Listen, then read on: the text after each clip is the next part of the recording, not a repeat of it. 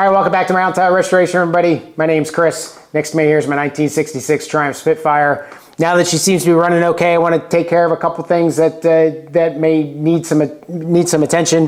One, the front wheel bearing end play. I just want to check that and make sure that's not become excessive. I want to adjust the way that this bump stop over here on the bonnet. I think it's allowing it to rise up too high, or excuse me, too low, and it's allowing the clip to come unclipped so it pops out on me as I'm driving the car and actually getting torn up over here. I want to reset the odometer on the speedometer to match the trip odometer, which I set to 0 when I restored the car, so that I can have those two match up and my mileage will be from, you know, total frame off restoration. And that could be a little tricky. Hopefully I don't break anything. And the speedometer also runs a little fast, so I'm just going to kind of do a real coarse adjustment on that. Nothing real scientific there, but I'll hopefully get that speedometer out and show you how I come through that. So otherwise, nothing too complicated. Hopefully, nothing that I want to break to make it worse instead of better. So thanks for watching. Let's get it sorted.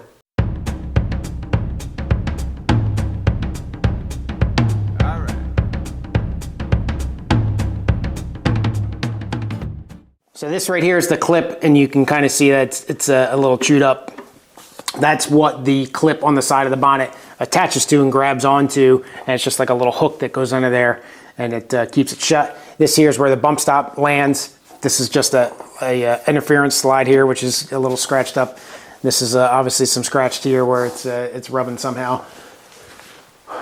Right there, sorry about the light there. Right there is the bump stop, so you can see it's kind of loose, so that's not a real good sign. There's a nut in here, and then a nut here that kind of captures it.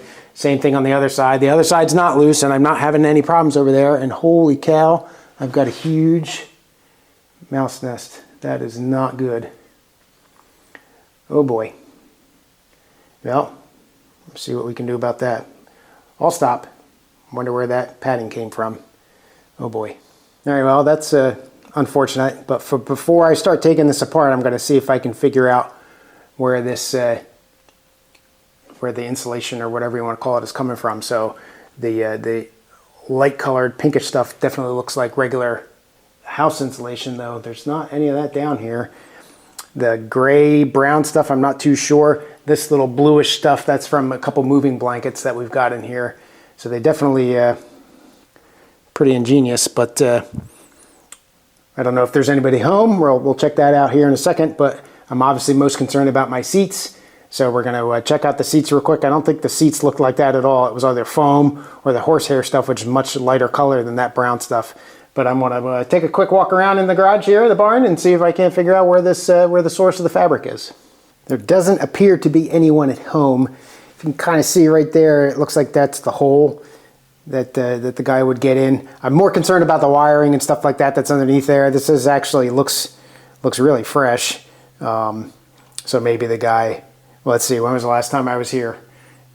A week ago or so. So it's no more than a week and a half old, but obviously, you know, with the urine and everything like that, it could really wreck stuff really quick. So I'm obviously gonna take it apart. I'm gonna wear some gloves, probably my welding gloves, just so I don't get bit in case there is somebody in there. But I think it's uninhabited right now. So I'm going to go back to taking a little bit more care, a little bit more careful with the laundry sheets. They seem to have worked. I could not find where the brown stuff is coming from. However, it's definitely not coming from the car. There's no evidence of any of the foam underneath the seats or anything like that getting eaten up. So I put fresh laundry fabric detergent softener fingers under there, and I'll disassemble this mouse nest here and see if anybody's home. I don't hear any squeaking. So hopefully that's a good sign. What I could do if I was really feeling me is just take a vacuum cleaner and just suck all this stuff up, mice included, but I'm not too fond of the guys. I'm also not too cruel, so. Stuff does look familiar. I just don't know what it is. Better not be a wire cut in here. I'm going to be very upset, but I don't think there is. Yeah, if you can see that bluish stuff, I think that's their main point of entry there. It doesn't appear that anyone is home.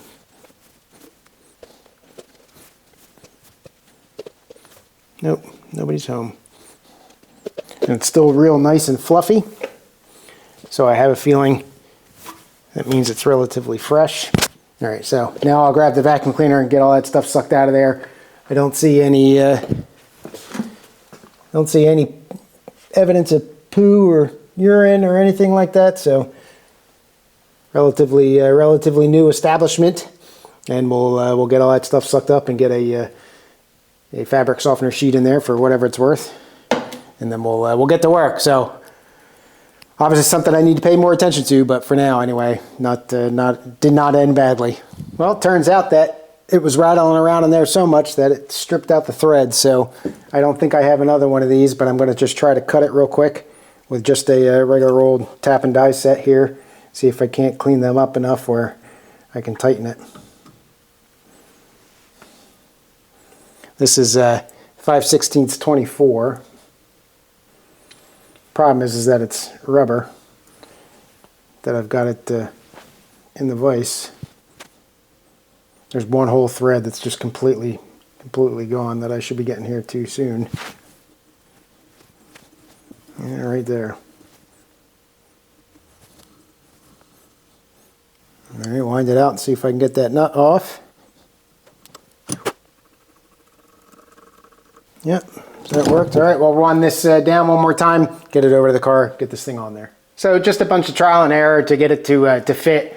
Essentially trying to line up this flat surface of the bonnet with the cowl here. I did put a washer in there, the spare parts manual down in here in between, and it's not going to focus for me, but in between the nut and that square nut that's in there, that captive nut. I did chip a little bit off, and I think just from moving around and everything, so hopefully this washer will tend to spread the load a little bit, but not real tight, but I got it snug down there pretty good, and then I'll close the bonnet here and show you the extra oomph it takes to clip this side. All right, driver's side closes a little bit more loose than I kind of would want it to, but the height is actually just a little bit proud, but this one's pretty good, and you can see that kind of clicks pretty hard, so I don't expect that to pop out anymore, and hopefully a lot of squeaky rattling too will get taken care of. One thing that I did fail to mention in the introduction, another thing that I want to place is some dirt guards in the bonnet, and I'll show you that here. Let me clean up and I'll get to that next. Probably not going to be able to see it real well, but there's dirt in here, little pebbles and stone, and then dirt in here and blocking it with the shadow. Same kind of thing on the other side, and what it is as the wheel arch, you know, the tire runs, it gets kicked up, and it can fit through this little gap here. Well, you can see here that I've got this little rubber piece on here, and that I never put them in, and the reason is because they're notorious for scratching up the paint. They use these little clips that are a real pain in the rear. I'll show you them here in a second, but given all the little pieces of dirt and everything that are obviously getting kicked up by the tires, I think it's a little bit better to sacrifice some Raptor liner than it is to potentially, you know, get a pretty good stone chip that gets in there, even though, you know, I'm chipping that stuff up. But these little clips here, I'll show you as soon as I can remember where I put them. Here we go. These clips here are from the Roadster factory, 606389 looks like, maybe 359, but that's the clips for the 18 of them, 9 per side, and I'll show you, and we'll probably do the clips on the rubber piece first because it'll be a pain in the rear because it's all floppy and everything, and then we'll clip it onto the car and hopefully not scratch too much paint. So let's go to the workbench and get the rubber pieces prepped. Close up of this little clip here, and very similar to what are pretty much really all over the car, but there's these little hooks sticking out of it. If you can see those, that'll grab onto that piece of rubber. So essentially all I'm going to do, like I said, 18, so 9 per side. I'm just going to go around and evenly space these. All right, good on the Roadster factory for counting properly. All right, so these are handed. This little tab here, this little notch, goes in between the out portion of the wheel arch and the inside of the bonnet. And when I go to put it on, I'll show you that a little closer. So my clips are going to go around on this edge. So again, we'll just evenly space these. I'll kind of eyeball it for now. All right, so it's probably going to go something like that. And you can just see, hopefully, that I got those clips arranged there. I'm going to present this to the car real quick just to do a reality check and make sure this is how I really want it to line up and make sure I think that these clips are going to work. And then we'll come back and put these clips in. Yep, that's pretty much what it is. So I'm going to go ahead and slide these clips on. Once they go on, they pretty much, that's about all she wrote because of those captive hooks. So not critically important, but you want to try to get it right the first time. All right, and that's why I kind of eyeballed it there. And we'll just go ahead and we'll just press these on and hope for the best. So looking at these clips a little closer, the gap in this portion is wider than the gap in this portion. And I don't think it's that they need to be pried open. I think it's that I've got the wrong side. So I'm going to flip these around, and I have a feeling that these rounded portions are what go to the body of the car, not these squared off portions. All right, just because I'm a little constrained here between the workbench and this side of the car, I have a feeling I'm going to block some of this. But we'll just put these up to the car like this and slowly work our way around, starting on this side because that gives me an idea of, with that little notch, where that should be. All right, first problem, you got this big seam up here. I don't know how well you can see that. You got a big seam up here, and I put the clip right at the seam. So right in the middle of it, of course. So I'll take that clip off here, slide it down a little bit.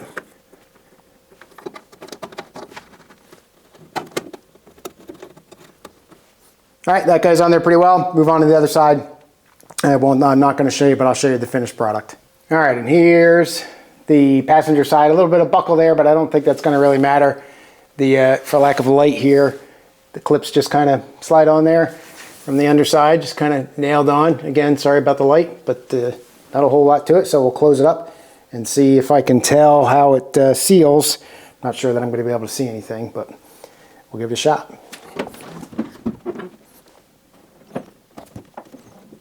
All right, well, they're preventing it from shutting because they're hanging up on the firewall, I believe. And there we go. So I think that might be just a matter of working itself in as they loosen up. They're a little tight. Not going to be able to see in there at all, but what's happening is that as that rubber comes down, it's bending up like this and then almost pinching itself in between the firewall and that wheel arch. So it's definitely going to keep stuff out of there, which is good. That's the intent. My concern now is the clips might loosen up over time just until this kind of finds its happy place with regards to it being tight. And it's, got to sit down a little bit, but I think that might help with my squeaking as well as the bonnet not squeaking as much. So we're gonna call that good, leave that as it is, and move on to something else. Next up here, I want to get the speedometer out of there. That's the one on the left, in case you can't see the numbers on there. And it's showing 1,100 or 11,393 miles on the odometer, but 612.1 or so on the tripodometer, which is what I want the odometer or odometer to match up with. So a little bit of a pain in the rear to get this out. I got to undo the speedometer cable, and it's going to be a little bit of a bear to get in there. I don't intend to show you me struggling with it, but I'm not quite sure how the best way to get this out, but we're going to play around and see if I can't figure it out here. But once I get it on the bench, it should be a relatively quick adjustment, and we'll get it back in. Hopefully I don't break nothing. Obviously have the speedometer out of the car. It's a little bit of a pain in the rear. The center plug is where the cable goes in, and it was giving me a real hard time. I don't know. I had to take a pair of pliers to it, so I don't know if it's starting to round off in there and it's getting stuck or what. But essentially, this comes out of the front of the dash. I didn't need to take the dash apart or anything like that, the plate of the dashboard. You see these two big long posts here. You've got this piece that kind of goes down those posts like that and fits around the cable. What it does is it pinches between the front of the dashboard where the gauge goes in from and the back of the dashboard, the plate where this pinches down. That's held down with these two thumb screws. You may find one or more black wires on one or both of these, and that's essentially the ground wires for all the lights and all that kind of stuff. So if you miss hooking those back up, something's not going to work. You've got an instrument light here that when you turn the headlights on or whatever, that's the gauge lights, that'll do that. And then you've got 3 warning lights down here. You've got your main beam, your oil pressure light, and your ignition light. So those three are easily interchangeable. You can either mark them as you take them out, which is kind of a pain in the rear given the situation that the cable's in, or the gauge is in, or just look in your wiring diagram and get the colors and be able to come back here. This one is kind of unique and it's kind of hard to mess that up. So now that that's part, this big thing here, that's for the reset for the trip odometer, which is a cable right here. I've already taken that apart. So these two flathead screws here, those release kind of like the guts of the speedometer, and then we'll have to go from the front to get the needle out eventually to get this thing realigned. But for now, I'm going to go ahead, twist this front gauge face here. You got little tabs that line up and allow you to pull that out. And that gives you the glass and a little rubber seal that goes in there. Now I made this rubber seal out of, it's like sponge paper, for lack of a better way to put it. You can find it like craft stores, Michael's and stuff like that. And I just essentially cut it, not very well, but cut it to fit and just give me a nice cushion for the glass there. I'll clean that glass up before we put it back together. And that pretty much does that. And you've got another piece of that sponge in here. This one looks like it's split, but that also from the other side of the glass. So remember to put that back in. These little crystals here are just kind of glued on there. They're not on there very well. So be careful with that. Make sure you don't mess that up. And then there's also a retaining ring in here. This ring here is separate. So we're going to go ahead and unloosen these screws from the back, and the whole thing might not fall down, but it will be able to push down when it gets loose enough. The little, out of that sponge paper or whatever it's called, I also made a gasket from the back, and that sometimes that stuff gets kind of hung up. All right, just lift that little ring off. That will release and allow you to get the gauge out proper. So here's more of that felt paper, and there we go. So now we got the speedometer guts out. Now what I want to do is get the needle off, and then I can pull these two little itty bitty screws there. I'll be able to pull this gauge face off, and that'll get me access to the front of that odometer. So now I've read a book on how to restore these things, and it said that you need to turn the gauge to 60 miles an hour and then pull that dial off or the needle off. I'm not sure why that is necessarily, but that's what I'm going to do because I'd rather not take the chance.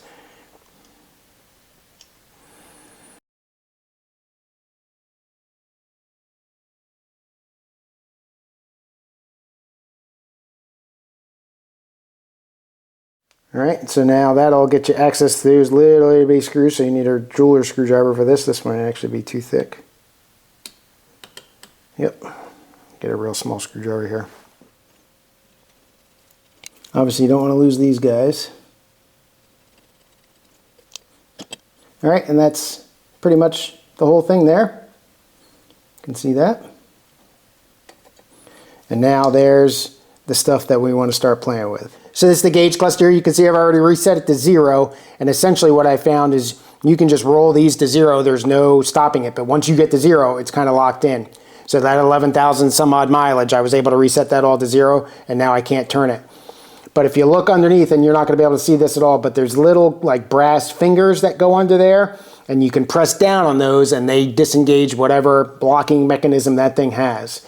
So there's a couple different designs of this. This is the oldest of the designs, and that's how that works. I think later designs, the locking mechanism's kind of more built in, and I think it makes it more difficult to reset.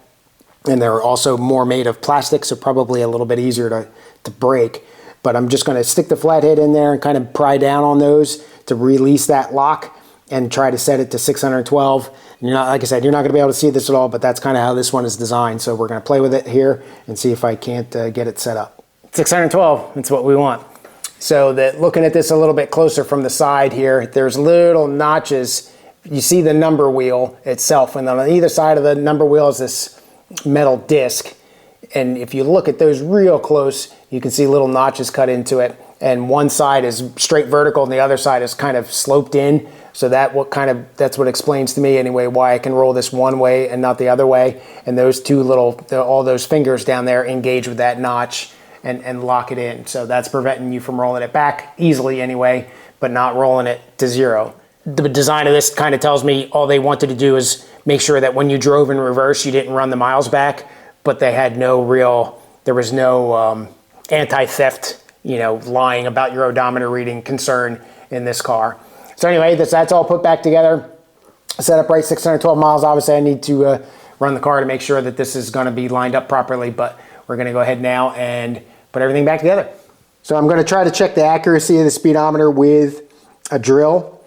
So I've got my battery operated drill here. I've got a RPM tester. You can see that little strip of magnetic tape or reflective tape on there. So I'm going to figure out what the speed is of the drill, and then using an old speedometer cable, actually from the TR4, I'm going to hook that up to the speedometer and see what it reads. Now on the speedometer is a little itty bitty number. You can't really see it, but it's right up there, and it says 1,248.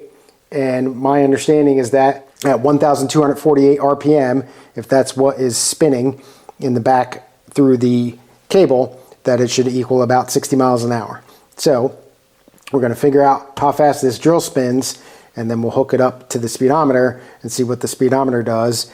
And then you can do simple math and set up a ratio to see what the speedometer should read based on the speed of the drill. So let's figure out the speed of the drill first. So the drill is 1,185 RPM. So if you take that ratio, 1,185 RPM, do a quick little math here. So 1,248 divided by, now I can't remember what he said. Hold on. Now it's doing 1,187. It's equal to 1.05. So when I hook this up to the speedometer, it should read 60 miles an hour at 1248, but my ratio is 1.05. So if I multiply that by 60, I get 63 miles an hour. So this should be just over 60 miles an hour. And I may have already tried this and figured out that it wasn't that. But let's hook it up and see what happens. All right, and you do need to run this counterclockwise on your drill. So you got to make sure that you got that set up right. So let's see what happens here.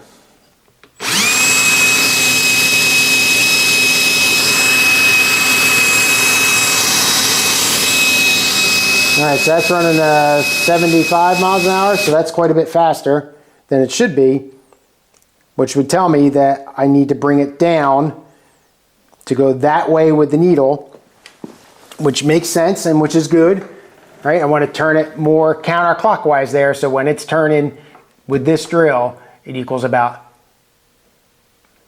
63 miles an hour. So we're just going to mess with it here, spin the needle face a little bit, and just spin it down. All right, and then run it up.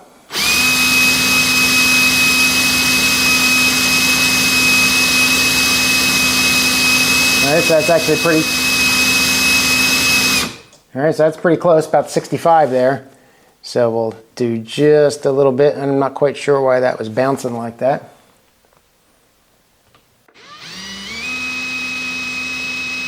So it looks like 65 is about where that's running. So we'll turn it one more time. See if we get about 63 here. So without that pulse, it's running right at about 63 miles an hour. So now hopefully that should be correct. So I'll push in that needle just a little bit harder to make sure that it's fully seated. And you can see here I got my odometer at 611. So I need to go one more mile. So I'll just run that until I get to that point to get me at 612. Those little fingers that I showed you, when I did this the first time, my 10,000 and 1,000 place started rolling, and it looked real close. That little brass finger in there hadn't popped back up, so it had stayed kind of sprung down, so it was allowing that to turn. And what was happening was this, every 1/10 of a mile, I'd increment a 1,000 and a 10,000. So just something to watch. Make sure that that thing's fully seated, and you know, and when you're done adjusting, to make sure that those springs are all kind of popped back up, and it's pretty easy to see that. All right, so we'll go ahead and get this all put back together, try to get it back in the car without hurting myself. Speedometer's back in. That wasn't fun. And as a matter of fact, there's like a little silver ferrule collar where the rubber sheath of the cable goes through, and it came separated. I think it'll still stay captive in there, and I'll just have some exposed cable. I'm not positive. It is inside the car, so it'll be protected, but that's not the first time that's happened to me. I'll show you here on an old cable what I'm talking about. So this portion here, that silver portion towards the bottom where it meets the black, that's just kind of a pressed fit or something like that, and that came apart. So like I said, I think it'll still, because I've got this portion which is not focusing, but I've got that screwed down and tight. I think the cable will stay in there, but I'm not too sure. So the next thing up now is going to be wheel bearing adjustments and checks. Well, before I decided to break into the wheel bearings, I wanted to take a quick test drive and epic failure on the speedometer. So either that cable really does need to be fully together, unlike it is, or I just don't have it in there all the way or something like that. So we'll pull it back out real quick. I did get the oil light and the ignition light swapped. But pleasantly surprised by the bonnet. This side over here, there it is, usually pops open and it's not open. And also very little to no squeaking, which has always been a problem with it also. So between adjusting the height of that bumper and putting those rubber guards in, I think that's taking care of a lot of the noise in the car. So we'll play around the speedometer a little bit. I'm not going to waste too much time on it because I'm pretty sure that speedometer cable is toast, and that is a real bear to replace.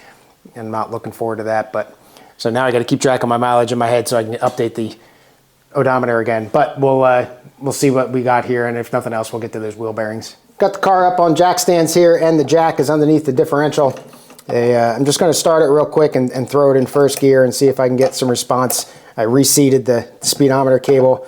Again, I'm not positive if it's not that knurl portion being broken, it's preventing it from really grabbing. So I'll have to get one eventually anyway. But just I've ordered the speedometer cables both, I think, from Spit Bits and from the Roadster factory, and they both broken on me at that ferrule. So this is obviously a common problem.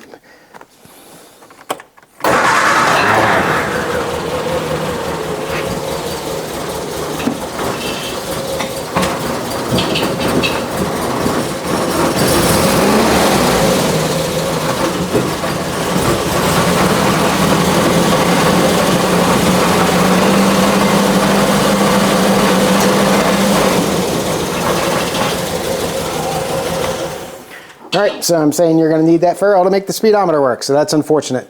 So that, like I said, it's a real bear to replace this speedometer and the cable. So that'll definitely be a future me problem. So let's get to these wheel bearings. All right, so with the hub here, I got the tire off, obviously in the wheel.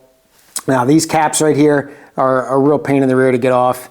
The workshop manual says you can screw a number 10 screw into here, and it'll catch the thread in this hole, and it'll allow you to back the cap out. Well, that doesn't work at all because these holes strip out. I don't know if it's the metal is cheap or they weren't made that way or what, but you can start the number 10 screw in there and it threads in and gets to a certain point and then just strips. So there's no real easy way to get these things out of here. So I'm just going to essentially beat the crap out of it and get it out. I do have new caps, and there is a little something you can do to try to make it so that you can screw them out. So, but I got to get to that to get to the inside of this hub so that I can check the end float and then adjust if necessary. So we're just going to try first a screwdriver in the hole, and then probably what I'll end up doing is probably cutting. My guess is I'll probably have to cut right here with the Dremel or something that's not going to be too aggressive, and then just kind of pry out like this. But we'll see if I can't get lucky. Yep, I got lucky. Look at that. Actually, didn't even damage it that much. All right, good. All right, so there's that. There's the bearing cap here. You can see that looks okay. So now that I got the cap off, we're going to go ahead and pull that cotter pin out. We'll loosen the castle nut up, tighten it back down to, like it said, the 5 foot-pounds. Loosen it up, put a new cotter pin. Well, we'll put it down to 5 foot-pounds, loosen it up until I line up a hole, put the cotter pin through, but before I bend it, then I'll check the end float just to make sure that I'm not messing up there, and then see how that looks. So let's do that real quick. Got the dial indicator set up on millimeters just because it's easier for me to think in millimeters. And the spec is 0.02 or 0.05 to 0.2 millimeters. So I've got this tightened down here. And essentially all we're going to do is push it in and then pull it out and see what the delta is. So you want to put the micrometer on something that's going to move, right? That center where the nut is and where that spindle is, you can't measure that because that's not going to move relative to the brake hub. So we'll pull it out here real quick and see what we get. So we're at 0.02 and about negative 0.02. So just a touch tight, which is good because to loosen up to right about there is where I'm going to be to get this guy in there.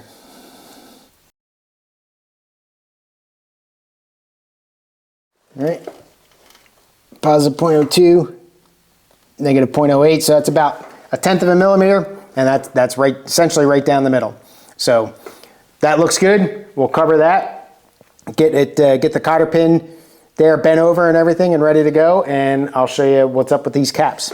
So what a lot of people, well, what some people will do with these caps, and I've got new ones here that I got from the Roadster factory, is they will weld a nut either on the outside or on the inside. These are all galvanized and everything like that, so you gotta watch out for that. What I did, however, is I happen to have a screw that matches a small drill bit, and I cut, or not a drill bit, excuse me, but a tap. And what I did was cut threads into this, and I think it might be just thick enough to give that a shot. Another thing I'm gonna do is I'm going to put Never Sees across the peripheral edge of these, which is what I did on the old ones, which is probably why it came out so easy. I didn't remember doing that. And that'll just hopefully keep this lubricated and lack less chance of it seizing up. So we'll get some Never Sees on here real quick, tap these in, and then try and see if this cap is strong enough to withstand the removing of it with the screw. It's pretty thick, and I like this Never Sees stuff, but boy does it leave a mess. Go ahead and tap that in a little bit. All right, that's pretty much tapped in. All right, then what you should be able to do is take this screw, screw it in, and as it hits that nut in there, the center of that spindle, should lift it out. Yep, it sure did. So I don't know if it's gonna work every time, but it worked that time. I think, again, the Never Sees will probably help. So this is easier. Wish these kind of fit in a little bit better, but.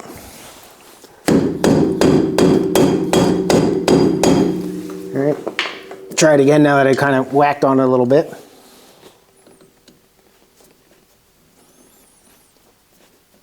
All right, starts contacting right in there. Yep, loosens up. All right, so that's a win as far as I'm concerned.